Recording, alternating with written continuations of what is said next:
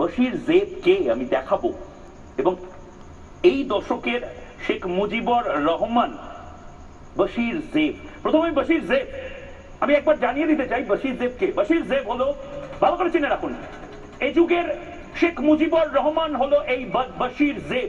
বালুচিস্তান যদি কোনো বালুচিস্তান ফোন করেন 2012 সালে বালোচ মুক্তি সেনায় যোগ দিয়েছেন এই বশির জেব, ভালো করে চিনে রাখুন। 2018 সালে বালোচ মুক্তি সেনার দায়িত্বে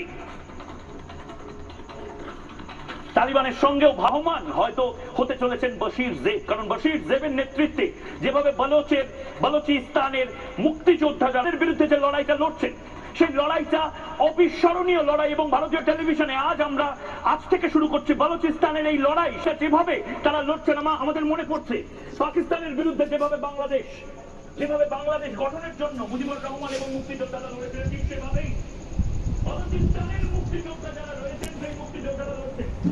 ব্রেকিং নিউজ এই মুহূর্তে ব্রেকিং নিউজ, এবং সেই ব্রেকিং নিউজের দিকে নজর রাখবো। এই মুহূর্তে বড় ব্রেকিং নিউজ, পাকিস্তানের অস্ত্র বহনকারী ট্রাক পুড়িয়ে দিল বালক সেনা। খেলা হচ্ছে বালুচিস্তানে, খেলা হচ্ছে পাক সেনা প্রধানকে হুঁশিয়ারি বালক মুক্তি সেনা। এই মুহূর্তে বশির জেব একদিকে, আরো এবং সেই ছবি আপনাদের এই মুহূর্তে দেখাচ্ছি।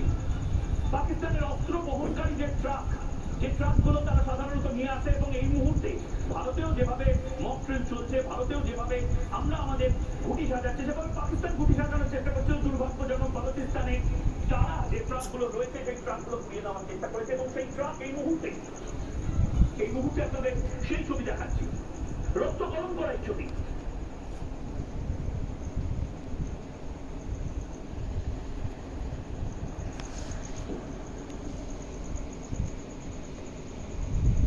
পাকিস্তান তো আমাদের কিছু করতে পারবে না।